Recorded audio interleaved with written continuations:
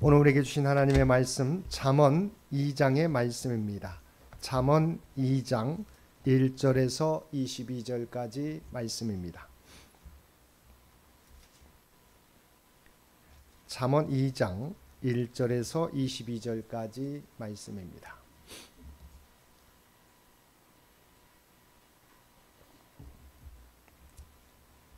우리 주신 말씀 한 절씩 교독합니다. 내 아들아, 내가 만일 나의 말을 받으며 나의 계명을 내게 간직하며 지식을 불러 구하며 명철을 얻으려고 소리를 높이며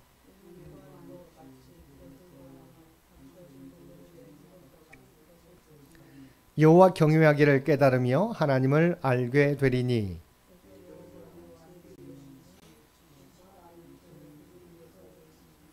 그는 정직한 자를 위하여 완전한 지혜를 예비하시며 행실이 온전한 자에게 방패가 되시나니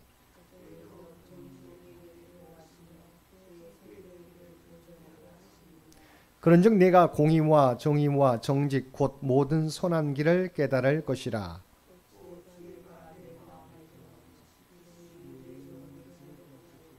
근신이 너를 지키며 명철이 너를 보호하여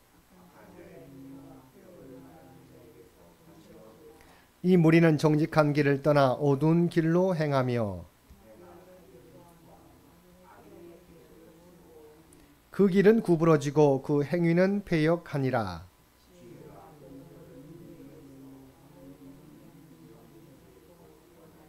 그는 젊은 시절의 짝을 버리며 그의 하나님의 언약을 잊어버린 자라. 누구든지 그에게로 가는 자는 돌아오지 못하며 또 생명길을 얻지 못하느니라.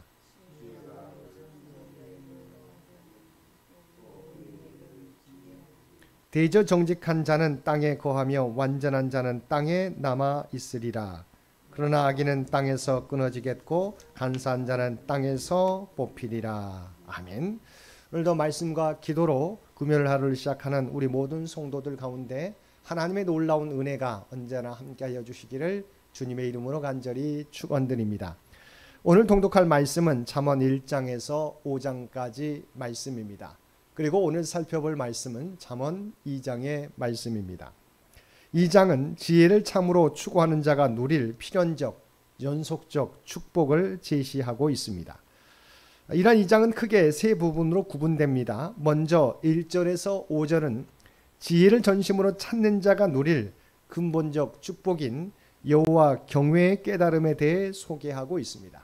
중반부 6절에서 9절에서는 여호와 경외를 깨달을 때 필연적으로 수반되는 모든 선한 길에 대한 깨달음을 제시하고 있습니다.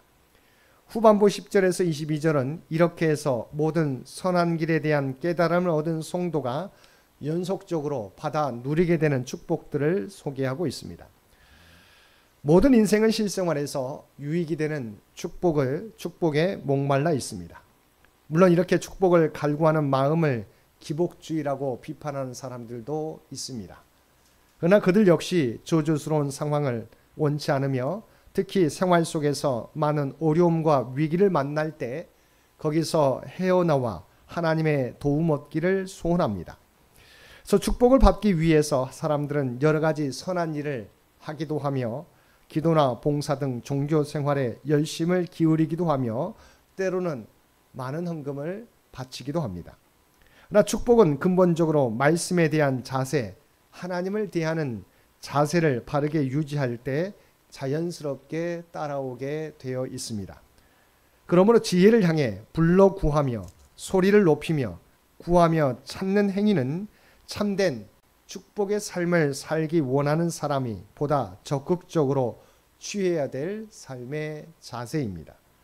이는 지혜이신 말씀, 지혜를 베푸시는 하나님을 간절히 구하는 자, 그로 인해 하나님 경외를 배운 자에게 축복이 임하기 때문입니다. 그리고 그것은 단지 영적인 것에 국한되지 않고 실생활과 직결된 구체적이고 생생한 유혹으로 나타나게 됩니다. 1절을 보면 솔로몬은 내 아들아 내가 만일 나의 말을 받으며 나의 계명을 내게 간직하며라고 말씀하고 있습니다. 여기서 중요한 두 단어가 나옵니다. 먼저 첫 번째는 받으며 라는 단어와 두 번째는 간직하며 라는 단어입니다. 먼저 받으며 해당하는 원문은 탈취하다, 빼앗다, 낚아채다라는 뜻을 지닌 동사로서 누가 먼저 취해 가기 전에 재빨리 취해가는 동작을 나타냅니다. 단순히 그냥 말하니까 받는 것이 아니라 정말 열심을 가지고 우리가 그것을 얻기 위해 노력하는 동작을 의미합니다. 두 번째 간직하며라고 하는 단어의 원문도 저장하다, 비축하다, 감추다라는 뜻을 지닌 동사로서 누구도 훔쳐가거나 발견하지 못하도록 자기만 알고 있는 깊은 장소에 보관하는 것을 나타냅니다. 이 단어도 마찬가지입니다. 단순히 보관한다는 의미가 아니라 정말 그것을 고이 간직하는, 뺏기지 않으려고 하는 자세를 의미합니다. 이 말씀은 하나님의 말씀에 대한 성도의 바른 자세와 태도에 관한 교훈입니다. 누구보다도 빨리 얻기 위해, 말씀을 얻기 위해 힘쓰며 그 말씀을 빼앗기지 않도록 간직하며 살아가라고 하는 것입니다. 사실 우리는 신앙생활을 오랫동안 해왔더라도 하나님의 말씀을 어떤 태도와 자세로 들어야 하고 간직해야 되는지 알지 못하며 살아왔습니다. 예수님께서는 마태복음 제13장에 나오는 씨 뿌리는 비유를 통해서 말씀해 주신 것과 같이 우리의 마음밭이 준비되어야 함을 교훈해 주셨습니다. 그러므로 앞으로 말씀을 대하는 저와 여러분의 모습은 이전과는 달라야 할 것입니다. 말씀이 강단에서 선포될 때, 또한 말씀을 읽게 될 때 그 말씀을 자신의 것으로 삼기 위해 힘써야 할 것입니다.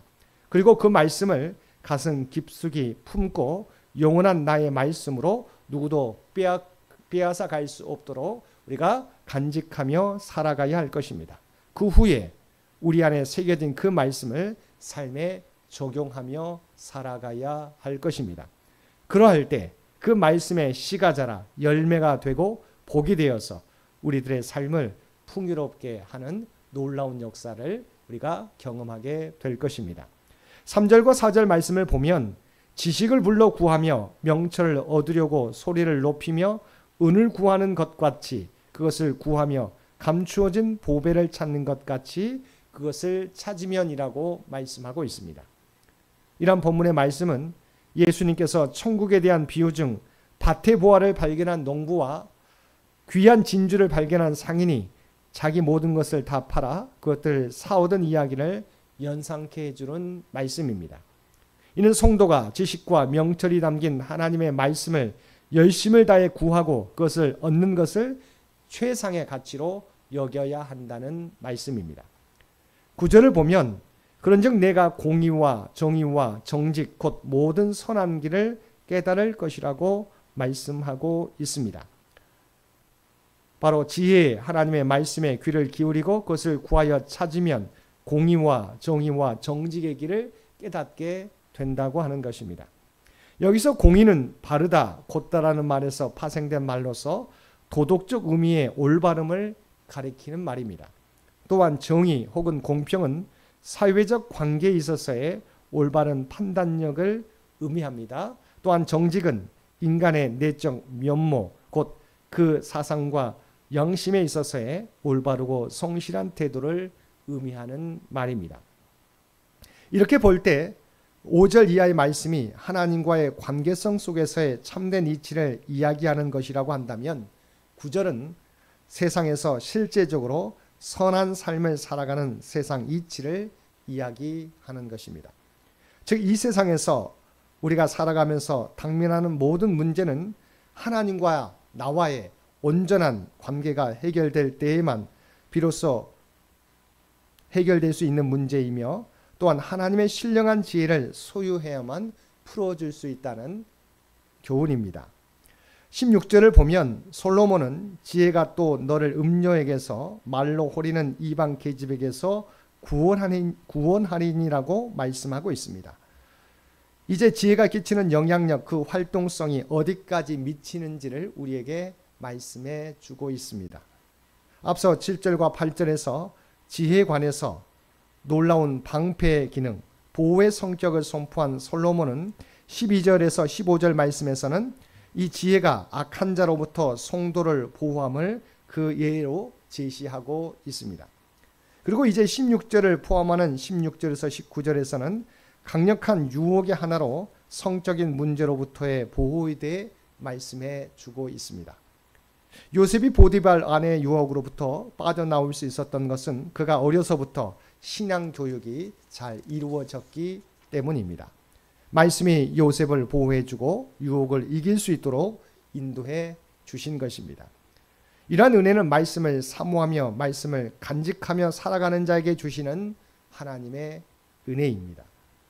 오늘도 우리에게 참된 지혜인 예수 그리스도를 주인으로 모시며 그 말씀 따라 살아감으로 오늘 우리에게 주신 그 모든 말씀이 우리의 삶 가운데 경험되고 또한 체험되며 또한 우리의 삶의 복의 길로 인도함을 받게 되는 저와 여러분 모두가 되시기를 주님의 이름으로 간절히 축원드립니다. 함께 기도드리겠습니다. 사랑하는 가 충만하신 아버지 하나님, 진리가 너희를 자유케 하리라 말씀하신 주님의 말씀을 기억합니다. 우리가 진리 되신 주님을 우리 인생의 주인으로 모시며 살게 될 때 하나님께서 친히 우리의 앞길을 인도해 주시고 어떤 어려움을 만날지라도 그것을 감당할 수 있는 지혜와 능력을 허락해 주시는 줄 믿습니다. 오늘도 주님의 말씀 안에 거하며 그 말씀을 통하여 나 자신을 돌아보고 하나님의 뜻을 깨닫고 그 말씀 따라 살아갈 수 있는 우리 모두가 되게 하여 주옵소서. 오늘도 이 나라와 이 민족을 기억하여 주시고 하나님께서 통치하시고 인도하여 주시기를 원합니다. 우리 모두가 무엇보다도 세상의 것을 추구하는 것이 아니라 참 지혜이신 주님을 또한 주님의 말씀을 늘 가까이 하며 그 말씀 따라 살아가는 이 민족이 되게 하여 주옵소서. 100주년을 준비하며 나아가는 창현재단을 기억하여 주시고 아버지 하나님, 지금까지 은혜가 오직 하나님의 은혜였음을 고백하는 저희들 되기를 원합니다. 또한 다음 100년도 하나님의 뜻 가운데 펼쳐나갈 수 있도록 도와주시옵시고 특별히 다음 선교 100년을 준비하는 창현재단이 되게 하여 주시옵소서. 육신의 연약함 가운데 있는 주의 백성들을 기억하여 주시기 원합니다. 아버지 하나님, 지금까지 지켜주신 은혜를 진심으로 감사드립니다. 연약함 가운데 있지만 하나님을 향한 믿음이 약해지지 않게 하여 주옵소서. 날마다 하나님을 바라봄으로 말미암아 그들의 마음 가운데 평안과 기쁨과 소망이 넘쳐나게 하여 주옵소서. 또한 그 믿음으로 말미암아 그의 육신의 연약함도 치유함 받고 회복되는 놀라운 역사도 허락하여 주시옵소서. 또한 우리 사랑하는 자녀 손들을 위해 기도드립니다. 아버지 하나님, 어두워져가는 세상 가운데 오직 말씀이 그들의 삶의 지침이 되게 하여 주옵소서. 하나님을 두려워하며 또한 하나님이 주신 꿈과 비전을 정말 성실하게 준비해 갈 수 있는 귀한 믿음의 자녀 손들 되게 하여 주시옵소서. 오늘도 우리에게 복된 하루를 허락해 주신 것 진심으로 감사드립니다. 우리가 하나님의 구별된 백성, 하나님의 구원받은 백성이라고 하는 정체성을 가지고 살아가게 하여 주옵소서. 우리가 발을 딛고 살아가는 삶의 현장 가운데 그리스도의 아름다운 향기와 선한 영향력을 나타내며 살아가게 하여 주옵소서. 이 모든 간구 우리를 구원하여 주신 예수님의 이름으로 간절히 기도드리옵나이다. 아멘.